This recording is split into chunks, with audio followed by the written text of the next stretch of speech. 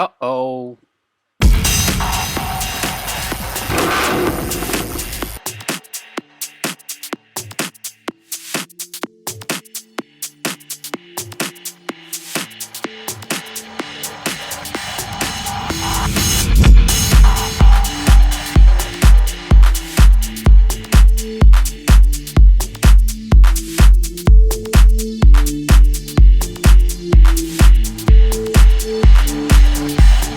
Hi, welcome to another Pedal Out video. So today we have this.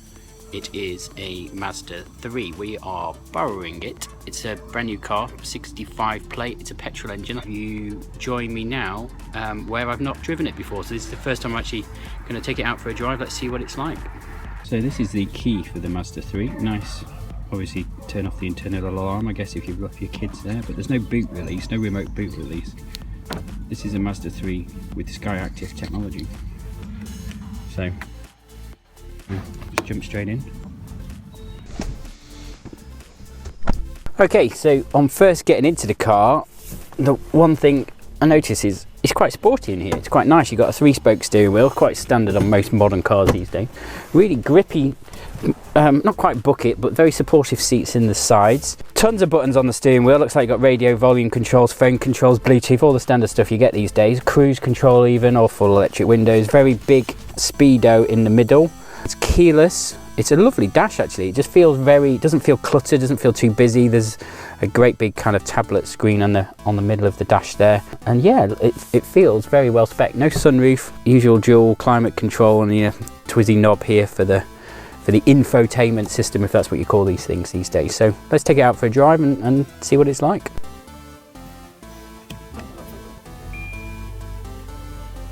Make sure the seat is in the right position. This is it's actually a 2-litre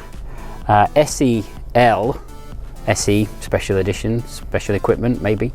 L nav, which means nav. I guess the screen in the middle means that's kind of what you get with this car. Let's see what it's like. It's a manual gearbox, 6-speed. It's got around 118 brake horsepower, I think. It feels, on a cold day like today, the gearbox is a bit notchy to start with, but it feels very new, it feels very fresh, it feels very light. The clutch is obviously extremely light. There's a nice little warning on the dash. You don't kind of get a bing or a temperature dial at the moment. It just says road may be icy. It's a very cold day in January, so that's quite handy to have. Don't know how I can, oh there we go, tilt that seat forward. 16-inch alloy wheels. There isn't any indicators on the wing mirrors. They're nice big chunky wing mirrors though. The nav is the similar modern infotainment system that you get on most cars these days. There's the ability to have automatic lights, and if you like the look of new kind of Mazda designs in general, I think you'll get on very well with this car. The front is particularly sharp. I really like it. I'm not quite sure about the back. It just doesn't kind of, it almost gets a bit lazy towards the back of the car and just seems like they've settled on on making it look like a usual kind of 4-door 5-seater hatchback, which I guess essentially is what this car is. Well, first impressions of the engine are it's very quiet. Actually, looking under the bonnet, normally these days you don't see much of the engine. In this one you kind of do. There's a lot on display. We're all on 30-mile-an-hour roads, so can't really hear it. It's got a twin exhaust at the back, which I actually think is quite a nice touch. On a car like this, keeps it kind of looking a little bit sporty. I guess it is mainly aimed at competing against the cars like the Audi A3, the BMW 1 Series, etc. Have to say, having been in many BMWs, although the quality in this Mazda is very, very good, you can kind of get the impression, you can tell it's a Japanese product rather than a German one. Gearbox quite snickety actually. It's got quite close ratios, quite like. And sitting here with the dash like it is and the big kind of stitched steering wheel, doesn't feel like a small car. The speedometer goes up in 20s, which I always find a little bit annoying given most of our speed limits are odd numbers. which means you've got to look for kind of where the 30 dial is. There is a prompt telling me when to change gear for presumably the most economical kind of driving. I think, again, most modern cars have that. Personally, I find it a little bit annoying. There is no electric handbrake on this car. It is a proper old school traditional handbrake, front wheel drive, so you're not going to be doing any mad handbrake turns, I wouldn't have thought. Not the vast majority of people who would buy a car like this anyway, I wouldn't have thought.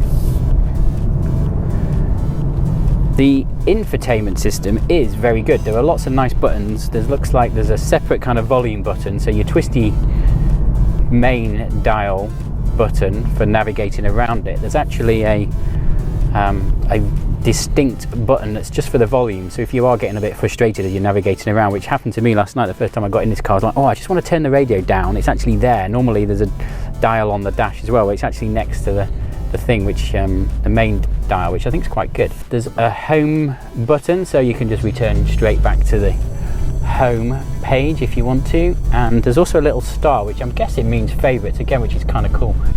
Obviously it's all fully Bluetoothed up, so I connected my iPhone to it reasonably successfully. I say reasonably successfully, so it's connected now, but I'm not able to see my music.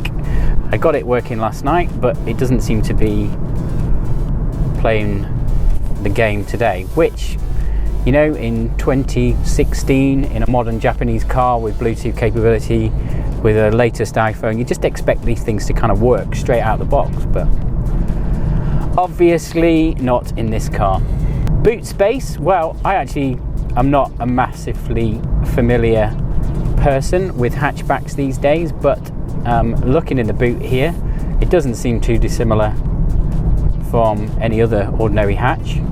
I know a lot of the kind of Hyundais in this range have roughly similar sized boots, and well, let's face it, if you're really bothered about boot space in a car, you wouldn't really be buying a hatchback, you'd go for something bigger or an estate.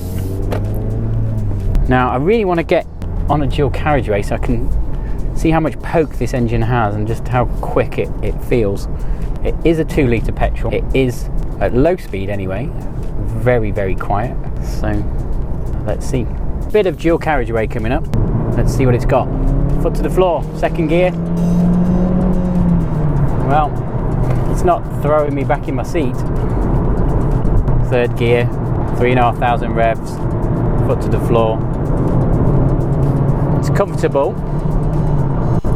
Fourth gear, very comfortable, but it's not the sharpest thing out the traps. I've been driving this car a few minutes now, taking it from a massive 369 miles to 374, so I've driven it for 5 miles. A couple of things I find a bit odd, and maybe it's just me, I'm not quite sure, maybe I haven't figured it out, but the temperature dial, well, there isn't one. I mean, assume there is one, but at the moment it's still reading road may be icy.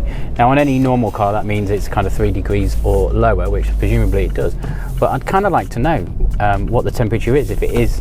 So telling me it may be icy is kind of useful, but I want to know if it's kind of -2, -3, what would it do then?